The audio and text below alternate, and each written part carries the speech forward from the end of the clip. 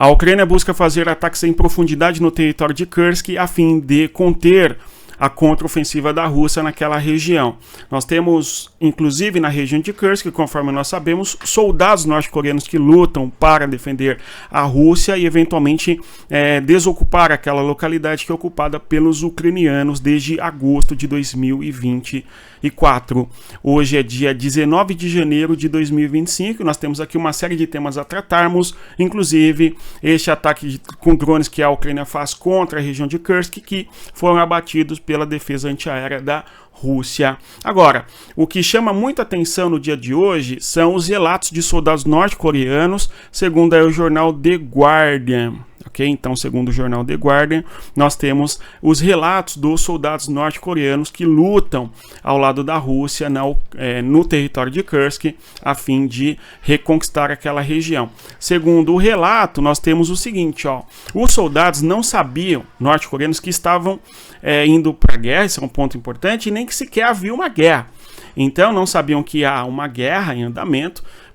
O relato de que os soldados norte-coreanos foram lutar em Kursk para defender eventualmente a Rússia chegaram em dezembro aqui para nós. Em dezembro de 2024, nós tínhamos já quase 3 anos de guerra entre Rússia e Ucrânia, desde a operação especial da Rússia no Donbás, a partir da Crimeia e a partir da Bielorrússia. Então, deixa bastante clara esta informação, que realmente a informação não circula no território da Ucrânia. Aliás, da Coreia do Norte, tá?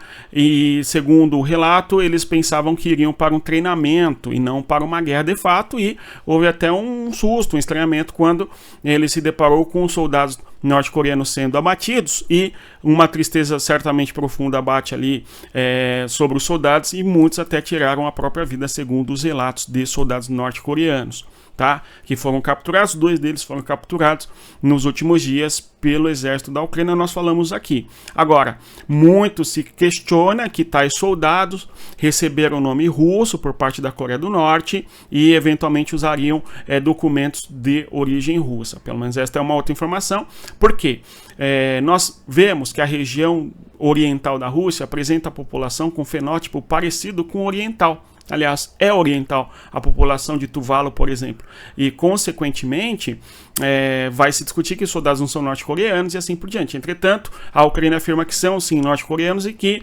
a própria Coreia é quem deu esses nomes russos para os soldados, um deles, não é? Lutar ali no território da Rússia contra a Ucrânia. E aqui o mapa que o The Guardian publicou, trazendo as posições geográficas dos soldados norte-coreanos, tá? Nós vemos na cor em amarelo, aumentando o mapa para que nós observemos, é a região ocupada pela Ucrânia, tá? E, por sua vez, nas regiões em vermelho, nós assistimos justamente as contraofensivas da Rússia e o território foi retomado pela Rússia, perfeito? Na cor em amarelo, a Ucrânia ainda presente dentro da região da Ucrânia, a Ucrânia dentro da região da Rússia, conforme nós mencionamos aqui muitas vezes. Aqui, destaco a vocês que temos a região de Rilsk. Aliás, uma das questões primeira era a possibilidade da Ucrânia ter avançado para a região de Rilsk. Entretanto, conforme a contraofensiva da Rússia, os ucranianos não conseguiram avançar mais dentro do território. Nós temos, então, que pelo fronte do sul, nordeste, norte, noroeste e leste, a tentativa da Rússia de retomar estas regiões. Neste mapa, de maneira muito interessante. Agora, os soldados norte-coreanos estariam vindo desde esta região aqui do norte, ok?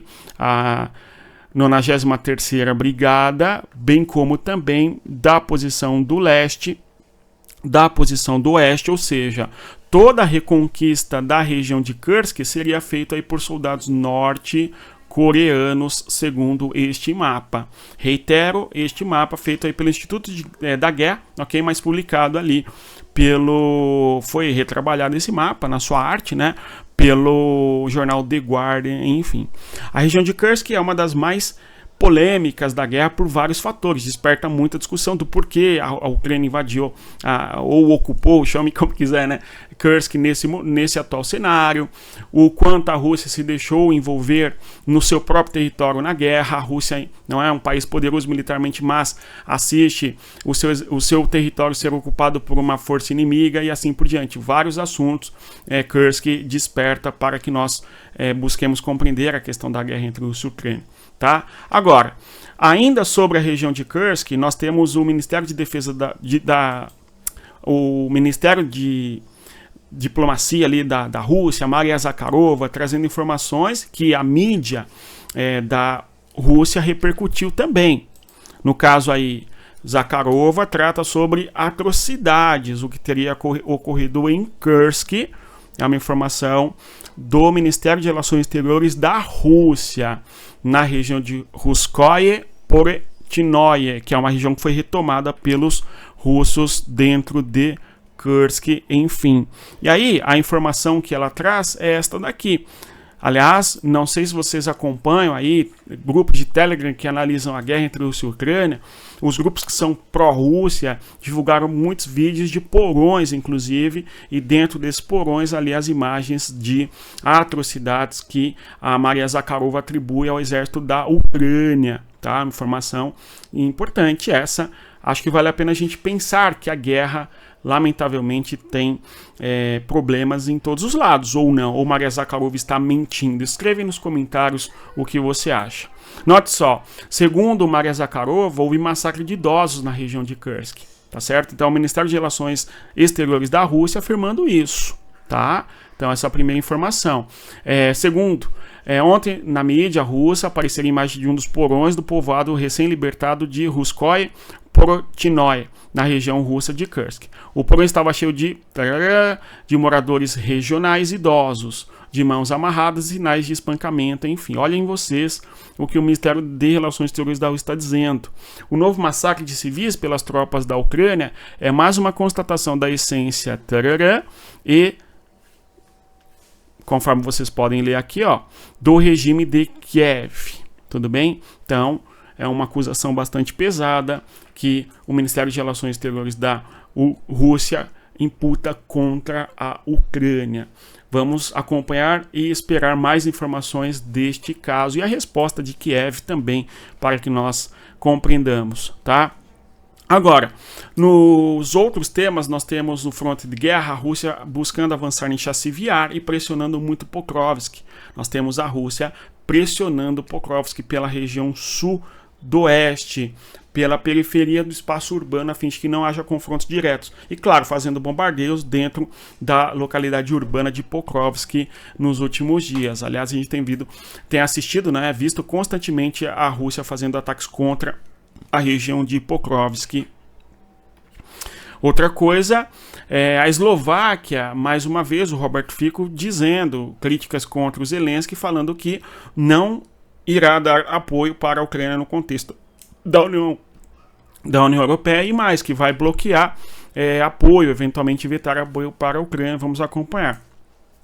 A Polônia é um país que se programa bastante para a questão da guerra, é um país muito preocupado com o que ocorre no âmbito da guerra entre Rússia e Ucrânia, porque há um temor por parte da Polônia de que o próximo passo da Rússia no leste da Europa seria justamente na Polônia. Não por acaso a gente tem a Polônia se movimentando para desenvolvimento de um sistema de defesa antiaéreo, ou também a Polônia se movimentando para o apoio constante e significativo para a Ucrânia, e no atual cenário a Polônia é um dos presidentes da União Europeia, e o lema, inclusive, da Polônia, enquanto presidente da União Europeia, é justamente Segurança Europa, ou seja, uma percepção bastante clara por parte da Polônia de que preparar-se para a guerra é importante neste momento, e por isso a Polônia recebendo aí os Abrams, que são os blindados dos Estados Unidos, salvo engano.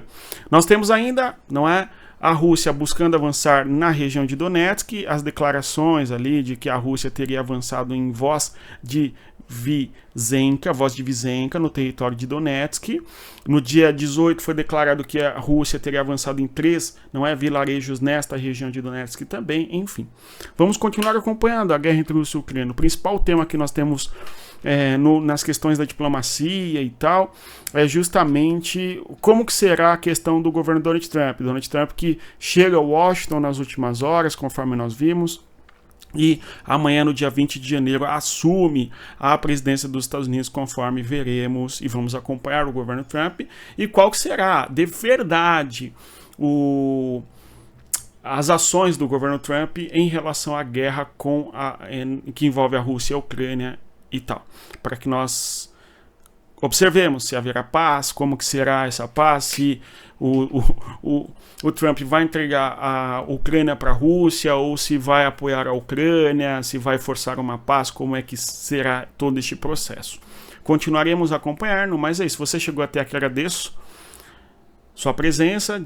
Peço que você curta, compartilhe o nosso vídeo, divulgue o nosso canal, respeite a geografia. Até mais. Tchau, pessoal.